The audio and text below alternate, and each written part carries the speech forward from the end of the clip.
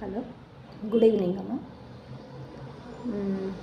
పెళ్ళి విషయంలో పిల్లలు చాలా జాగ్రత్తలు తీసుకొని పెళ్లి చేసుకోండి అమ్మ.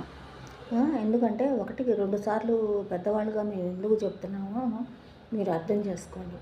మీకు ఇష్టం లేకపోతే చక్కగా చెప్పేసేయండి. ఎటువంటి వెనక అడుగు వేయొద్దు.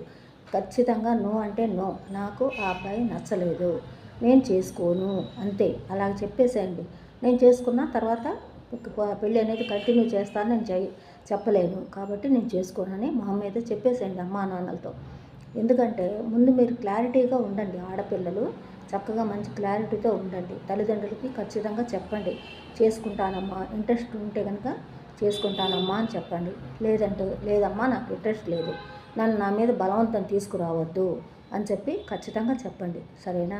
అలాగే అబ్బాయిలు మీరు కూడా అమ్మాయి మీద మంచిగా ఇంట్రెస్ట్ ఉండి జీవితాంతం ఆ అమ్మాయితో నేను కంటిన్యూ చేస్తాను, చేయగల ఇంట్రెస్ట్ అలాగ ఉంది అనుకున్నప్పుడే చేసుకోండి నాయన. అంతేగాని అమ్మ వాళ్ళు చేసుకోమన్నారనో లేకపోతే ఆ అమ్మాయి జీతం ఎక్కువగా ఉందనో చేసుకుంటున్నారు. చేసుకున్న తర్వాత ఆ అమ్మాయి జీతం ఎక్కువగా ఉందనో లేకపోతే అమ్మాయి అందంగా ఉందనో ఏదో మీలో ఒక రకమైన ఇన్ఫీరియారిటీ కాంప్లెక్స్లు ఉన్నాయమ్మా మగపిల్లలకి. నేను అది గమనిస్తున్నాను. చాలామందిలో ఇన్ఫీరియారిటీ కాంప్లెక్స్ డెవలప్ అవుతుంది. ఎందుకు అలా ఉంటున్నారు?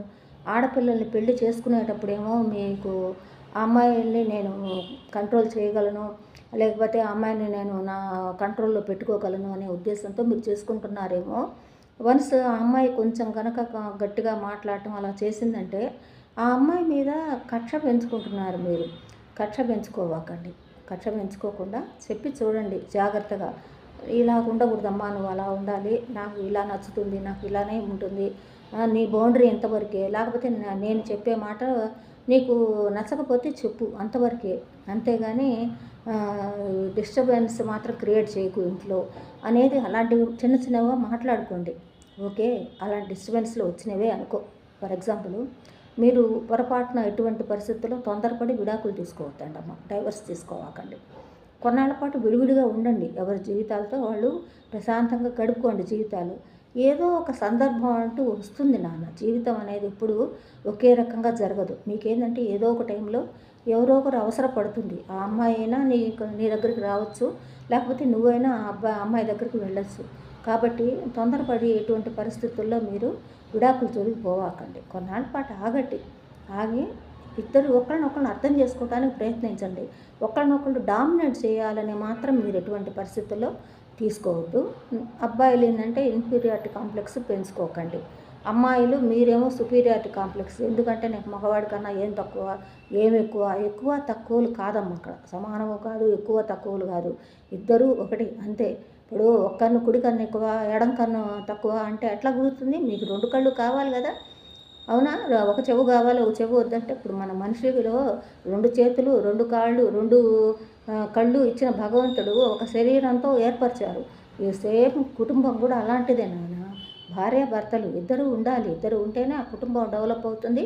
ఆ కుటుంబానికి ఒక ఇదిగా ఆకారంగా కనపడి సమాజంలో మనకు అంటే ఒక గుర్తింపు ఉంటుంది. మనం సమాజంలో కలిసిపోగలుగుతాం. అంతేగాని ఒక కన్ను కాదు అన్నట్టు ఉండకూడదు. అర్థమైందా?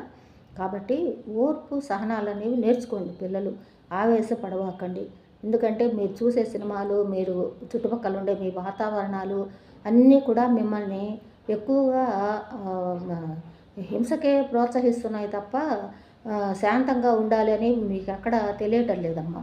కాబట్టి పెద్దవాళ్ళు కూడా మీరు కూడా పొరపాటును కూడా పిల్లలకి తొందరపడి విడాకులతో వరకు ఇప్పించవాకండి. వాళ్ళని కొన్నాళ్ళ పాటు విడివిడిగా ఉంచండి మీరు. ఉంచిన తర్వాత అప్పుడు వాళ్ళని అబ్జర్వ్ చేసి ఎవరు తప్పులో ఎవరు ఉప్పులో చెప్పి జాగ్రత్తగా ఇద్దరిని కలపడానికి ప్రయత్నించండి అమ్మ. చిన్నవాళ్ళు ఆవేశపడుతున్నారు అనగానే పెద్దవాళ్ళు మీరు ఆవేశపడద్దు. జీవితాలతో ఎవరు మనం ఆడుకునే ప్రయత్నం చేయకూడదు. మరీ ఇష్టం లేదు, నేను భరించలేను, వాళ్ళు అసలు భరించలేను అనే అంత ఎక్స్ట్రీమ్కి పోయినప్పుడు విడగొట్టండి అంతవరకు. కానీ చిన్న చిన్న వాటికి మాత్రం పొరపాటును కూడా వాళ్ళిద్దరిలో జోక్యం చేసుకొని ఇద్దరిని విడాకులు ఇప్పించేద్దాం అనే డెసిషన్కి మాత్రం తొందరపడి రాకండి. సరేనా? మర్చిపోయాను చెప్పడం. కొంచెం సబ్స్క్రైబ్ చేసుకోండి అమ్మా, లైక్ కొట్టండి. మీరేమన్నా చెప్పాలనుకుంటే కామెంట్స్ చేయండి. అది చెప్పాల్సింది రోజు చెప్దాం అనుకుంటున్నాను, మర్చిపోతున్నాను.